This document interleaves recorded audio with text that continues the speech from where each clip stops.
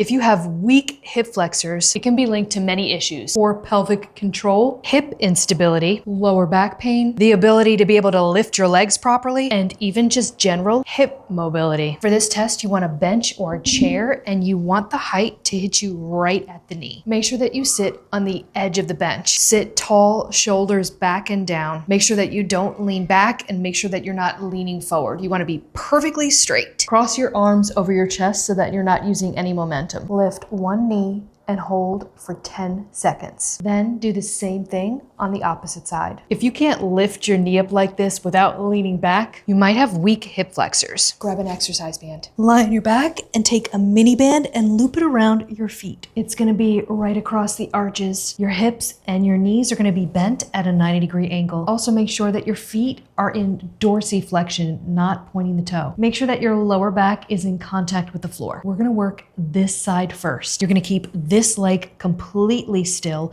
Make sure that you're not turning your torso in any way. Your hips are not moving. Now you're gonna take this leg and you're gonna use your hip flexor muscles and you're gonna bring it towards your chest as much as you can. You're gonna hold for about 2 to 3 seconds and then you're gonna come back. You're gonna alternate doing the other leg now. You're gonna do 2 to 3 sets per leg of 10 reps with that 2 to 3 second hold. This trains hip flexion from a neutral pelvis, restores psoas recruitment, and reduces TFL and quad dominance. It helps things like getting into your car, climbing the stairs, and also lifting one leg when you're doing things like putting on your pants. For this one exercise, you want to stand beside a wall. Now you're going to place your hand on the wall and then make sure that it's roughly chest height. Make sure that your back is straight. Now bring the weight over to this leg.